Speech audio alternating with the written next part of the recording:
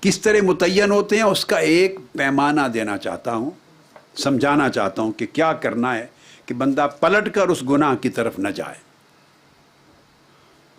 اور یہ بات بڑی اہم ہے کہ گناہ سے بچتے رہنا، نافرمانی معصیت سے بچتے رہنا، اور نیکی پر اپنے آپ کو مضبوطی سے قائم رکھنا۔ اب دیکھنا یہ ہے کہ یہ ساری جن کی ہم بات کر رہے تھے کہ یہ نیکیاں محفوظ کیسے ہوں، چونکہ انسان کے اندر پھر گناہ کی طرف پلٹ جانے کے رجحانات ہیں، ملکہ ہے پھر گناہ کی طرف پلٹ جانے کا، اور اللہ نے اسے یہ ملکہ بھی دیا ہے کہ گناہ سے بچ کے نیکی پر قائم رہے۔ اس میں توازن کس طرح قائم کرنا ہے اور نیکی اور تقوی کے پلڑے کو کس طرح بھاری کرنا ہے، یہ آج کے لیے ضروری۔ اللہ رب العزت نے دیکھیے 3 مخلوقات پیدا کی، ایک ملائکہ پیدا کیے، ملائکہ کو صرف نور سے پیدا کیا، اور ان کی تخلیق میں اور ان کی تشکیل میں اور ان کی تکوین میں کوئی ظلمت اور تاریکی، ڈارکنس نہیں رکھی، صرف لائٹ ہی لائٹ، نور ہی نور رکھا ہے۔ ملائکہ صرف نور سے ہیں، جس کا مطلب یہ ہے کہ ملائکہ کی زندگی میں صرف نیکی ہے، گناہ نہیں ہے، کیونکہ ان کی تخلیق اور تشکیل میں ظلمت ہے ہی نہیں۔ گناہ ڈارکنس ہے، ظلمت ہے، تاریکی ہے، نیکی تقوی طاعت پرہیزگاری یہ نور ہے۔ تو جو مخلوق ملائکہ کی پیدائش صرف نور سے ہوئی ہے اس سے گناہ نہیں ہو سکتا، اس لیے وہ معصوم ہے گناہ سے۔ پھر اللہ رب العزت نے ایک دوسری مخلوق پیدا کی، شیاطین کی۔ شیاطین کو صرف ظلمت سے پیدا کیا، اس میں نور نہیں رکھا، چونکہ محض ظلمت سے، تاریکی سے، ڈارکنس سے پیدا کیا، ان میں نور رکھا ہی نہیں، لہذا ان سے نیکی ہو ہی نہیں سکتی۔ شیطان، کسی شیطان سے وہ جب کرے گا گناہ کرے گا، نافرمانی کرے گا، اکسائے گا نافرمانی پر۔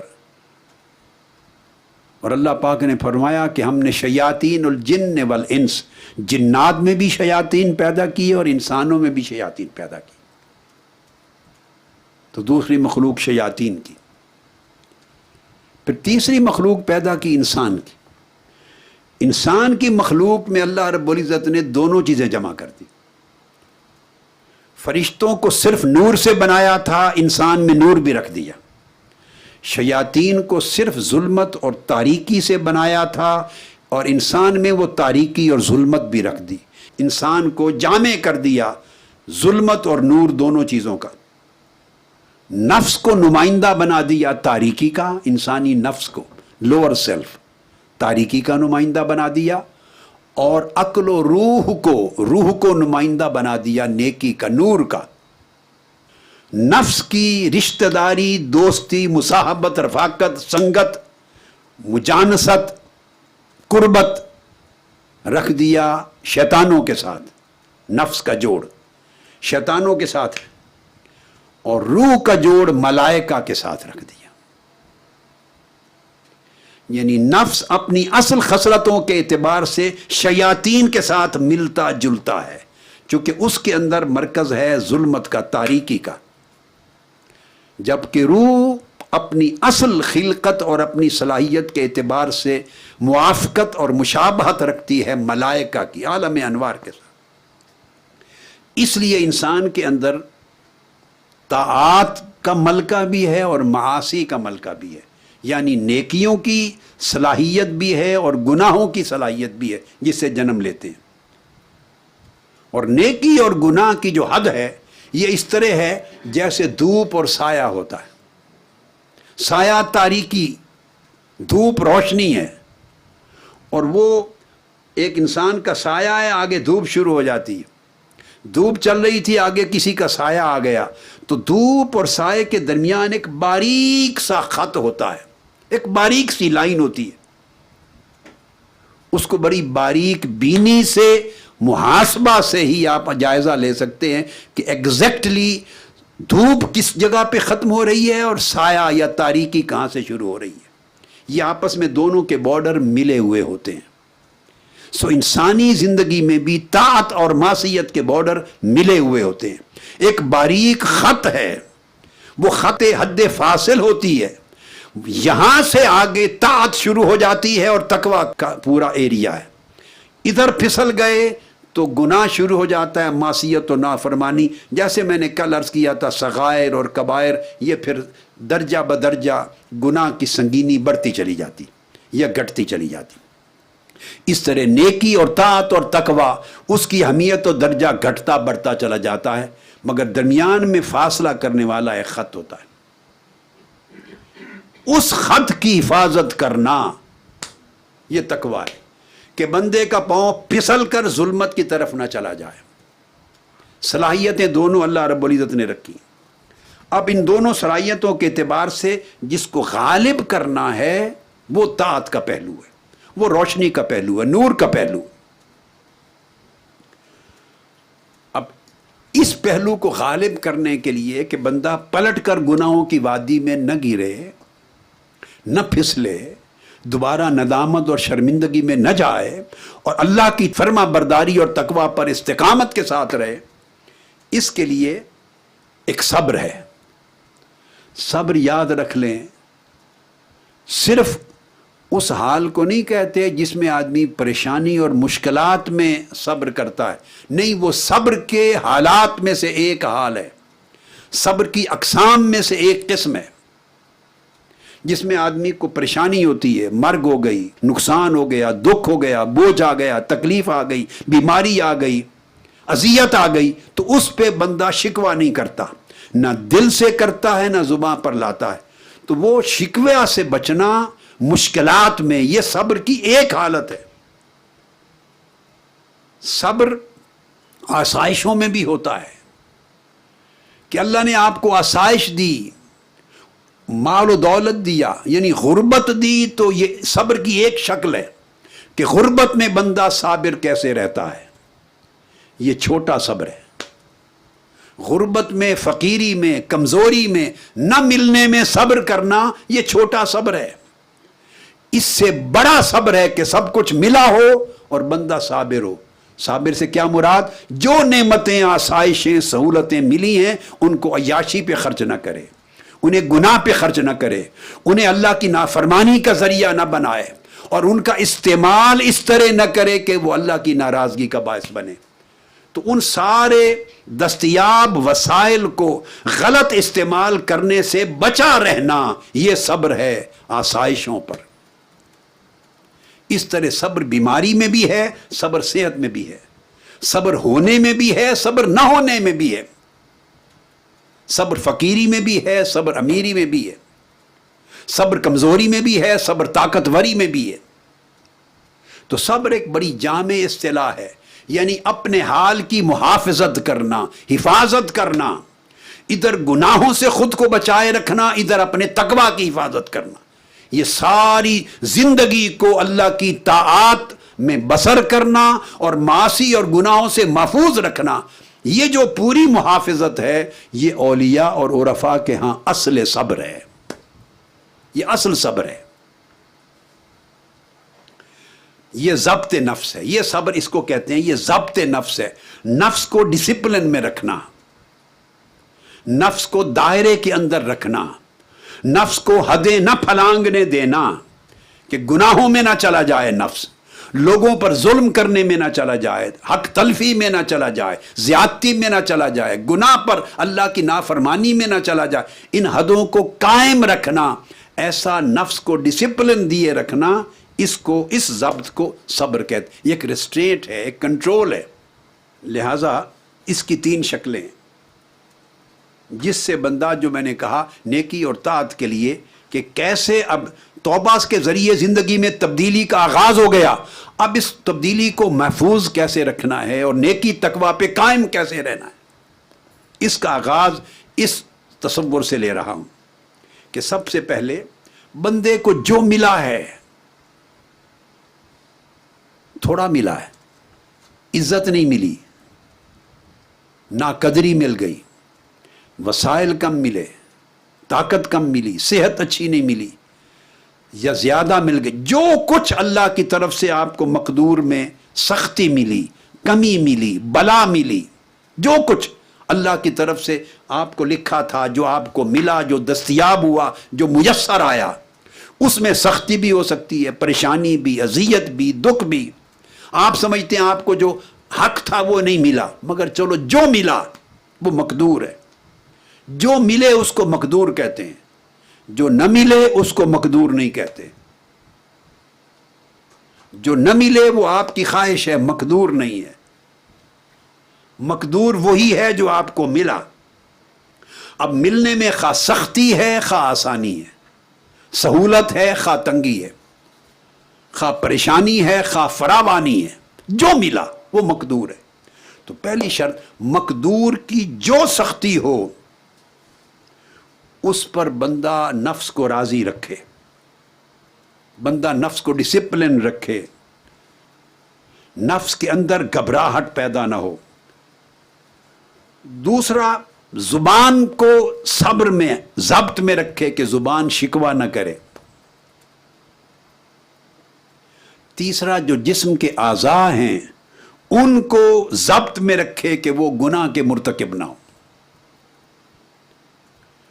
جس حال میں اللہ رب العزت نے آپ کو رکھا ہے اس حال میں نفس کی گرفت کرنا، نفس کو قابو میں رکھنا، کنٹرول میں رکھنا کہ وہ بگڑے نہیں، اس کے اندر برائی، ہوا، طغیانی، نافرمانی نفس میں پیدا نہ ہو، چونکہ نفس کی نافرمانی ہی جسم اور اعضاء کو نافرمانی کی طرف دھکیل کے لے جاتی ہے۔ نفس کو قابو میں رکھنا، پھر زبان کو قابو میں رکھنا، پھر جسمانی اعضاء کو قابو میں رکھنا۔ اگر یہ تین چیزیں بندہ اپنے ضبط میں، کنٹرول میں، اپنے صبر میں، حفاظت میں رکھ لے، ڈسپلن میں رکھ لے، اور اسی طرح رکھ لے جیسے اللہ کی ذات چاہتی ہے، تو پھر جو اس بندے کی محنت ہے وہ نعمت سے بدل جاتی ہے۔ یعنی جو اس کی مشقت تھی، تکلیف تھی، ریاضت تھی، پریشانی تھی، وہ اٹ سیلف اللہ کی نعمت بن جاتی، وہ راحت میں بدل جاتی، وہ راحت بن جاتی، اذیت راحت بن جاتی ہے۔ نہ ملنے کے اندر ہی آپ ملنے کا مزہ لیتے ہیں، تکلیف میں آپ راحت کا مزہ لیتے ہیں، اور جو بلا تھی، مصیبت تھی، وہ عطیہ بن جاتی، وہ محبوب کا گفٹ بن جاتی، آپ اس کو انجوائے کرتے ہیں۔ اور جو چیز مکروہ تھی، ناپسندیدہ تھی، ناخوشگوار تھی، وہی ناخوشگوار جو ان پلیزنٹ تھی وہ آپ کے لیے پلیزنٹ اور خوشگوار بن جاتی، اپروچ چینج ہو جاتی۔ جو آج بتا رہا ہوں، یعنی جب توبہ کر کے زندگی بدل لی تو اس کے بعد اپنی اپروچ کو چینج کرنا ہے۔ اب یہاں ایک جملہ میں کہہ لوں پھر آگے چلتے ہیں۔ اپروچ چینج کرنے کے لیے ضروری ہے کہ آپ اپنے آڈیٹر بن جائیں، اپنے آڈیٹر خود بن جائیں۔ اب آڈٹ کا طریقہ یہ ہے کہ یہ آڈٹ خود کریں یا پھر کوئی اور کرے گا۔ اگر کسی اور نے آڈٹ کرنے کا فیصلہ کر لیا کہ اس سے حساب لو، پھر مشکل میں پڑ جائیں گے، پھر حساب پہ پورے نہیں اتریں گے۔ بہتر وہی شخص ہے جو عرض کرے باری تعالیٰ حساب کے دن میرا آڈٹ نہ کر، میں ہر روز اپنا آڈٹ خود کر لیتا ہوں۔ جو آدمی ہر روز خود اپنا آڈٹ کرے اس کا ایکسٹرنل آڈٹ نہیں ہوگا، باہر سے کوئی آڈیٹر مقرر نہیں ہوگا۔ اور آڈٹ کے لیے وہ نگرانی چاہیے۔ آپ دیکھیے نا، جب بیلنس شیٹ بناتے ہیں، بکس بناتے ہیں اکاؤنٹس کی، تو اس میں آپ ایک طرف بناتے ہیں ارننگز کیا ہے، انکم کیا ہے۔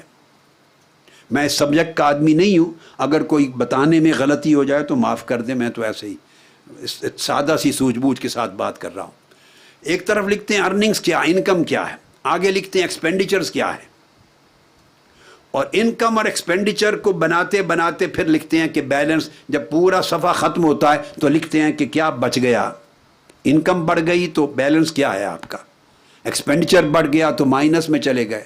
جو آپ کا بیلنس ہوتا ہے انکم کی طرف یا ایکسپینڈیچر کی طرف، اسے شفٹ کرتے ہیں اگلے صفحے پر، وہاں سے شروع کرتے ہیں کہ کل کا حساب یہ تھا، کل جب شام ہوئی میں بیڈ پر گیا تو میں نے اپنا آڈٹ کیا، یہ نیکیاں تھیں، یہ خرچہ تھا، یعنی گناہ تھے۔ خرچہ یعنی وہ نیکیوں کو کھاتی رہیں، گناہ چونکہ نیکیوں کو کھاتی ہیں، خرچ کرتی ہیں گناہ کو، وہ خرچہ ایکسپینسز ہو گئے۔ اب گناہ زیادہ تھے تو آپ کی ارننگ سے بڑھ گئے گناہ، آپ لاس میں گئے۔ اگر نیکیاں زیادہ تھیں تو گناہ نیکیوں کو کھا گئے، اتنی دو چار بچ گئیں رات کے وقت۔ صبح آپ کا بیلنس شیٹ وہاں سے شروع ہوگی۔ تو آدمی ہر روز اپنا آڈٹ خود کرتا ہے، کیا کمایا، کیا کھایا، کیا خرچ کیا، کیا بچا، کیا لوز کیا۔ تو بندہ اگر خود اپنا آڈٹ کرے تو ایکسٹرنل آڈٹ کی پریشانی نہیں ہوتی اس کو پھر۔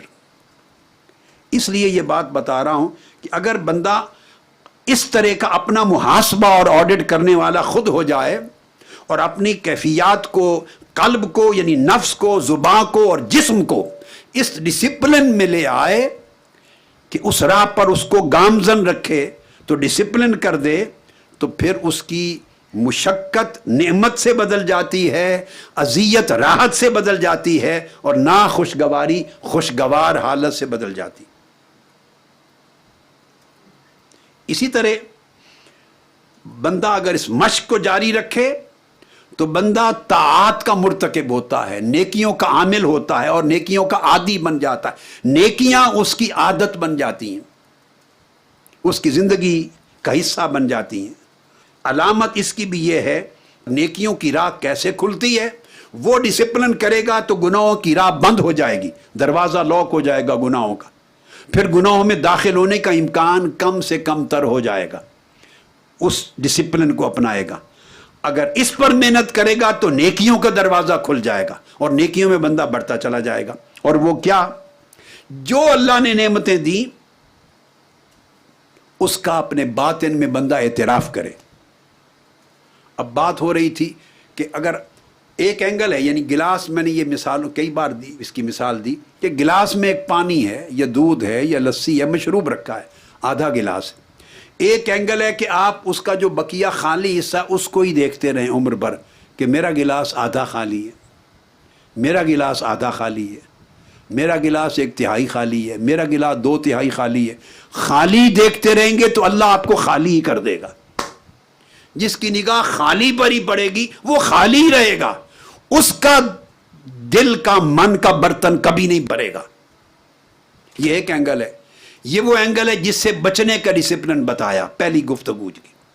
اب دوسرا اینگل ہے، اپنی نگاہ ایسی بناؤ کہ جو حصہ بھرا ہوا ہے صرف وہ نظر آئے، خالی نظر ہی نہ آئے، بھرا ہوا حصہ نظر آئے، جس کو صرف اپنے من کا اور اپنی زندگی کا، اللہ کی نعمتوں کے ساتھ زندگی کا برتن بھرا ہوا حصہ نظر آتا ہے، اللہ اس کو بھر دے گا۔ اس لیے کہ جو خالی حصہ دیکھتا ہے اس کی زندگی شکوہ سے لبریز ہو جاتی، بے صبر ہوتا ہے، شاکی ہوتا ہے، اور جو ہمیشہ بھرے ہوئے حصے کو دیکھتا ہے وہ شکر گزار ہوتا ہے۔ لَإِن شَكَرْتُمْ لَأَزِيدَنَّكُمْ، اور جو شکر گزار رہتا ہے وہ جو باقی بھرا ہوا نہیں تھا، خالی تھا، لَأَزِيدَنَّكُمْ، اللہ اس کو بھی بھر دیتا۔ یہ قرآن مجید میں اللہ رب العزت کا وعدہ ہے۔ لَإِن شَكَرْتُمْ، لَإِن شَكَرْتُمْ ہے بھرے ہوئے حصے پر وارد ہو رہا ہے۔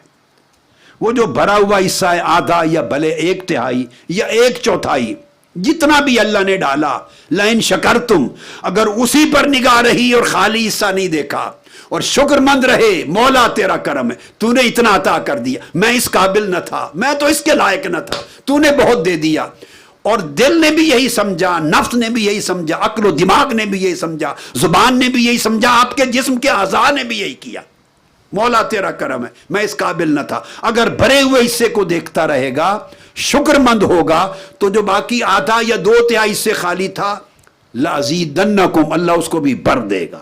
یہ معنی ہے لَأَزِيدَنَّكُمْ کا، اللہ اس کو بھی بھر دے گا۔ تو بھرے ہوئے حصے کو میں پھر آپ کے لیے دہرا رہا ہوں بطور سبق، بھرے ہوئے حصے کو تکتے رہنے والے، دیکھتے رہنے والے بھرے رہتے ہیں، بھر جاتے ہیں، بھرے رہتے ہیں، اور خالی حصوں کو دیکھتے رہنے والے، تکنے والے خالی رہتے ہیں۔ اب یہ دوسرا ڈسپلن ہے کہ جو بھی اللہ نے دیا ہے اس کو نعمت جانے، نعمت جانے، اور اللہ کی اس عطا پر، نعمت پر جو باطنی طور پہ ہمیشہ شکر گزار رہے، اس کا اعتراف رکھے، اس پر شکر گزار رہے، یہ قلب، اس کا دل شاکر رہے، اور ثانیاً زبان سے اس کا ہمیشہ تحدث رہے، فَأَمَّا بِنِعْمَةِ رَبِّكَ فَحَدِّثْ، اس کی تحدیث کرے، زبان سے ہمیشہ شکر کے کلمات ادا کرتا رہے، یعنی دل اللہ کی اس نعمت پہ ہمہ وقت معترف اور راضی رہے، زبان شاکر رہے، اور جسم سارا اس شکر کو ادا کرنے پر مگن رہے، اطاعت میں، عبادت میں، شکر گزاری میں، اطاعت گزاری میں، نیکی بلائی میں، ہر عضو نیکی کا عمل کرنے میں لگا رہے۔ نیکی کا عمل کرنا یہ اللہ کا شکر ادا کرنے کا سب سے اعلیٰ ذریعہ ہے، یہ اللہ کی نعمتیں ہیں۔ تو جب آپ نیکیاں ادا کرتے رہتے ہیں تو گویا اللہ کی نعمتوں کا شکر ادا کر رہے ہیں۔ آپ اگر یہ دو چیزیں رکھیں گے تو آپ کا ایک کنٹرول، ڈسپلن ڈیولپ ہو جائے گا، جس کے ذریعے اگلی زندگی بعد از توبہ، جب آپ زندگی کو بدل لیتے ہیں تو اس کے بعد آئندہ کی حفاظت ہو جائے گی۔ اس کی میں ایک مثال، ایک حکایت سے دیتا ہوں۔ حضرت یونس علیہ السلام نے، اللہ کے برگزیدہ پیغمبر تھے، انہوں نے جبرائیل امین سے کہا، یونس علیہ السلام نے، مجھے کوئی ایسا بندہ دکھائیں، رہنمائی کریں، اور میں وہ بندے کو دیکھوں جو اس زمین پر سب سے زیادہ اللہ کا عبادت گزار ہو۔ دلنی علی اعبد اہل الارض، اس روئے زمین پر سب سے زیادہ اللہ کی عبادت کرنے والا ایسے بندے کی رہنمائی کرے، میں دیکھنا چاہتا ہوں۔ جبرائیل امین نے ان سے کہا، سیدنا یونس علیہ السلام سے، کہ فلاں جگہ جائیں، یہ پورا عطا پتہ دے دیا، وہاں آپ کو مل جائے گا ایک بندہ، وہ اس وقت روئے زمین پر اللہ کی بارگاہ میں اس سے بڑا عبادت گزار کوئی نہیں، سب سے بڑا عابد ہے اللہ کا۔ جب وہاں پہنچے حضرت یونس علیہ السلام تو دیکھا اس کو ایسی ایک مرض ہو چکی تھی، اس مرض سے اس کے ہاتھ بھی کٹ گئے تھے، اس کے دونوں پاؤں بھی کٹ گئے تھے، اس کی آنکھیں بھی چلی گئی تھی، وہ ایک مریض تھا۔ اب اس کی آنکھیں بھی نہیں تھیں، دونوں پاؤں بھی نہیں تھے، دونوں ہاتھ بھی نہیں تھے۔